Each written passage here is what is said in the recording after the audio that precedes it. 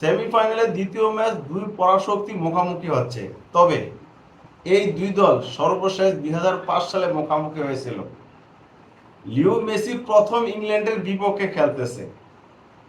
মানে আর্জেন্টিনা আর ইংল্যান্ডের যে দলের মধ্যে যে খেলোয়াড়রা রয়েছে তারা একে অপরের বিপক্ষে এখন পর্যন্ত মুখোমুখি হয়নি। যেটা লিও মেসির প্রথম ম্যাচ, তা বাকি খেলোয়াড়দের কথা আর কি বলবো, সেটা বলার কিছু নেই। তবে এই ম্যাচটা একটা হাই ভোল্টেজ ম্যাচ, সেটা কিন্তু অবলীলায় বলা যায়। আপনি কোনো দলকে ছোট করে দেখার কোনো অবকাশ নেই। ইংল্যান্ড তারা অ্যাটাকিং ফুটবল খেলে, আর আর্জেন্টিনা পাস খেলে, তাদের দখলে বল রেখে খেলে। প্রথম সেমিফাইনাল ম্যাচে ফ্রান্সকে 2-0 গোল ব্যবধানে হারিয়েছে কিন্তু স্পেন। স্পেনের খেলার ধরন আর আর্জেন্টিনার খেলার ধরন কিন্তু পুরো এক, আর ফ্রান্সের আর ইংল্যান্ডের খেলার ধরন কিন্তু এক। তো সেই ক্ষেত্রে বলা যায় যে এই ম্যাচটাও আর্জেন্টিনা জিততে যাইতেছে।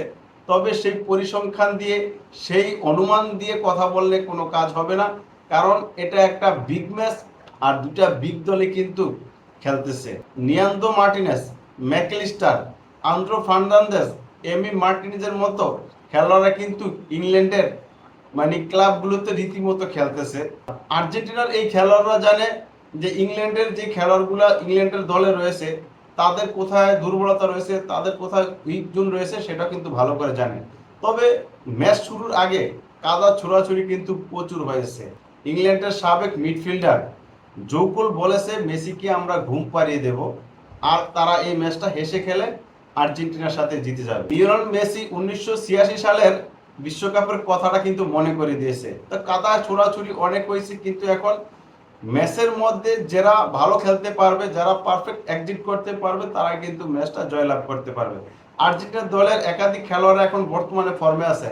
লাউতারো মার্টিনেজ, হুলিয়ান আলভারেজ, তারা কিন্তু রীতিমতো গোল পাইতেছে।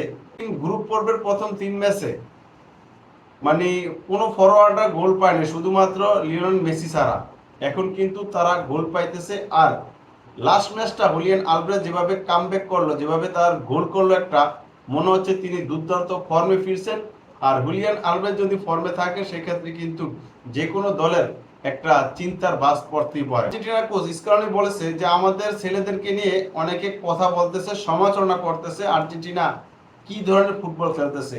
আমাদের ছেলেরা ভালো খেলছে বিদায় কিন্তু সেমিফাইনালে উঠছে, এই